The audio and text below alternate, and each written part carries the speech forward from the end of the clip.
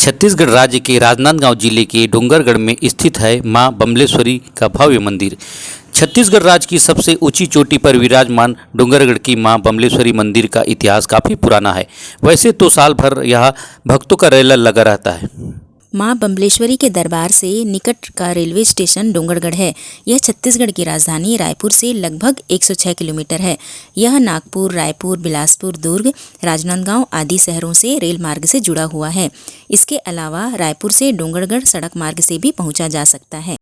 मां बम्लेश्वरी मंदिर को लेकर कुछ रोचक जानकारियाँ। ऐतिहासिक और धार्मिक नगरी डोंगरगढ़ में मां बम्लेश्वरी के दो मंदिर विश्व प्रसिद्ध हैं। एक मंदिर 1600 फीट ऊंची पहाड़ी पर स्थित है जो बड़ी बम्लेश्वरी के नाम से प्रसिद्ध है। समतल पर स्थित मंदिर छोटी बम्लेश्वरी के नाम से विख्यात है। ऊपर विराजित मां और नीचे विराजित मां को एक दूसरे की बहन कहा जाता है। ऊपर वाली मां बड़ी और नीचे वाली छोटी बहन मानी गई है। सन 1964 में खैरागढ़ रियासत के भूतपूर्व नरेश श्री राजा वीरेंद्र बहादुर सिंह ने एक ट्रस्ट की स्थापना कर मंदिर का संचालन ट्रस्ट को सौंप दिया था। मां बम्लेश्वरी देवी शक्तिपीठ का इतिहास लगभग 2200 वर्ष पुराना है। डोंगरगढ़ से प्राप्त भग्रावशेषों से प्राचीन कामावती नगरी होने के प्रमाण मिले हैं। पूर्व में डोंगरगढ़ ही वैभवशाली कामाख्या नगरी कहलाती थी। मां बम्लेश्वरी मंदिर के इतिहास को लेकर कोई स्पष्ट तथ्य तो मौजूद नहीं है, लेकिन मंदिर के इतिहास को लेकर जो पुस्तकें और दस्तावेज सामने आए हैं उसके मुताबिक डोंगरगढ़ का इतिहास मध्य प्रदेश के उज्जैन से जुड़ा हुआ है। मां बम्लेश्वरी को मध्य प्रदेश के उज्जैनी के प्रतापी राजा विक्रमादित्य की कुलदेवी भी कहा जाता है। इतिहासकारों और विद्वानों ने इस क्षेत्र को कलचुरी काल का पाया है, लेकिन अन्य उपलब्ध सामग्री जैसे जैन मूर्तियां यहाँ 2 बार मिल चुकी हैं तथा उससे हटकर कुछ मूर्तियों के गहने, उनके वस्त्र, आभूषण, मोटे होंठ तथा मस्तक के लंबे बालों की सूक्ष्म मीमांसा करने पर इस क्षेत्र की मूर्ति कला पर गोंड कला का प्रमाण परिलक्षित हुआ है। यह अनुमान लगाया जाता है कि 16वीं शताब्दी तक डुंगराख्या नगर गोंड राजाओं के आधिपत्य में रहा। यह अनुमान भी अप्रासंगिक नहीं है कि गोंड राजा पर्याप्त समर्थवान थे जिससे राज्य में शांति व्यवस्था स्थापित थी।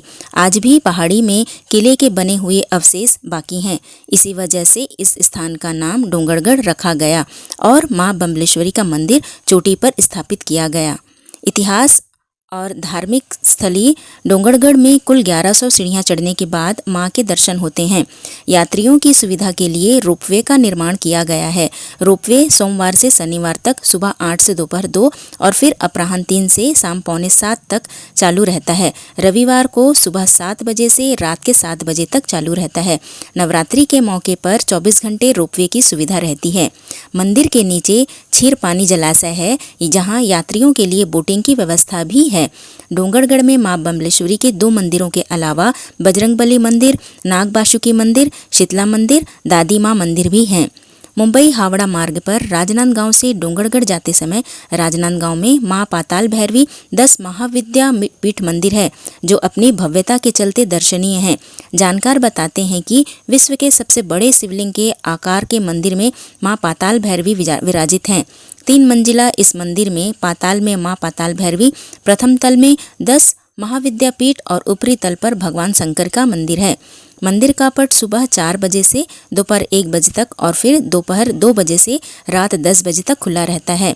रविवार को सुबह 4 बजे से रात के 10 बजे तक मंदिर लगातार खुला रहता है।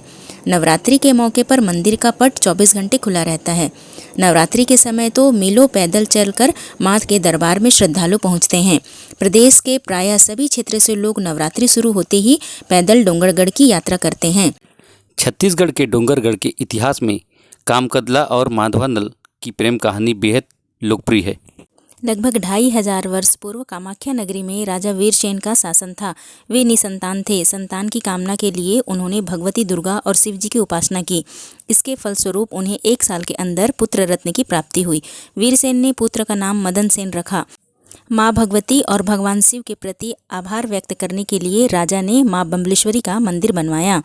बाद में मदन सेन के पुत्र कामसेन ने राजगद्दी संभाली। कामसेन उज्जैन के राजा विक्रमादित्य के समकालीन थे। कला, नृत्य और संगीत के लिए विख्यात कामाख्या नगरी में कामकंदला नाम की राजनर्तकी थी। वह नृत्य कला में निपुण और अप्रतिम सुंदर थी। उसकी सुंदरता और नृत्य कुशलता के चर्चे दूर दूर तक थे। एक बार राज दरबार में कामकंदला का नृत्य हो रहा था।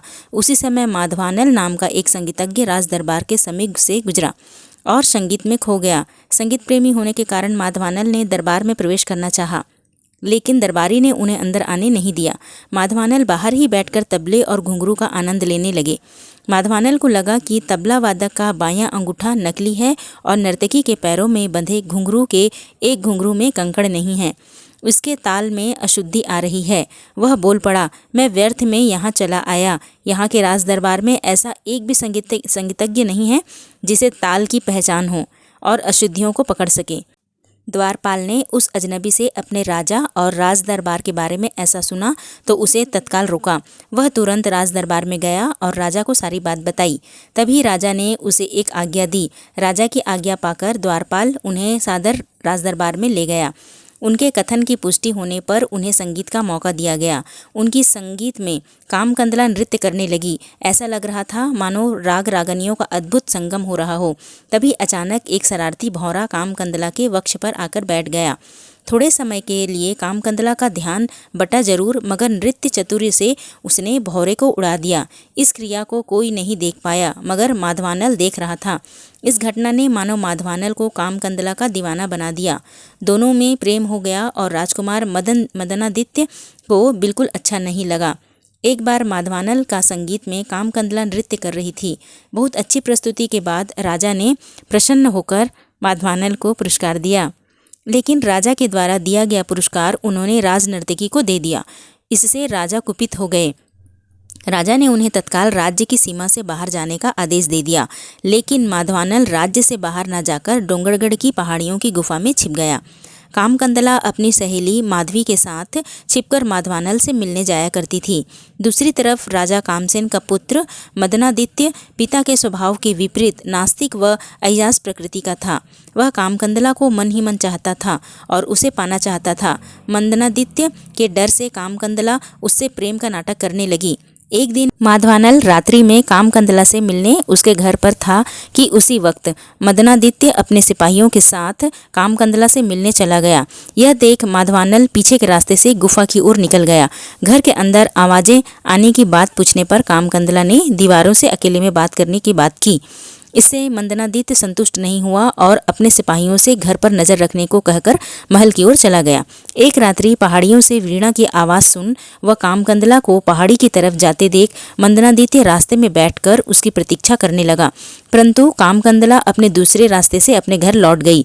मदनादित्य ने शक होने पर कामकंदला को उसके घर पर नजरबंद कर दिया। इस पर कामकंदला और माधवानल माधवी के माध्यम से पत्र व्यवहार करने लगे, किंतु मदनादित्य ने माधवी को एक रोज पत्र ले जाते पकड़ लिया। डर व धन के प्रलोभन से माधवी ने सारा सच उगल दिया। मदनादित्य ने कामकंदला को राजद्रोह के आरोप में बंदी बनाया और उधर माधवानल को पकड़ने सिपाहियों को भेजा। सिपाहियों को आते देख माधवानल पहाड़ी से निकल भागा और उज्जैन जा पहुंचा। उस समय उज्जैन में राजा विक्रमादित्य का शासन था, जो बहुत ही प्रतापी और दयावान राजा थे। माधवानल की करुण कथा सुन उन्होंने माधवानल की सहायता करने की सोची। अपनी सेना कामाख्या नगरी पर आक्रमण कर दिया। कई दिनों के घनघोर युद्ध के बाद विक्रमादित्य विजयी हुए और मदनादित्य माधवानल के हाथों मारा गया। घनघोर युद्ध से वैभवशाली कामाख्या नगरी पूर्णतः ध्वस्त हो गई। चारों ओर से डोंगर ही बचे रहे तथा इस प्रकार डोंगराज्य नगर पृष्ठभूमि तैयार हुई।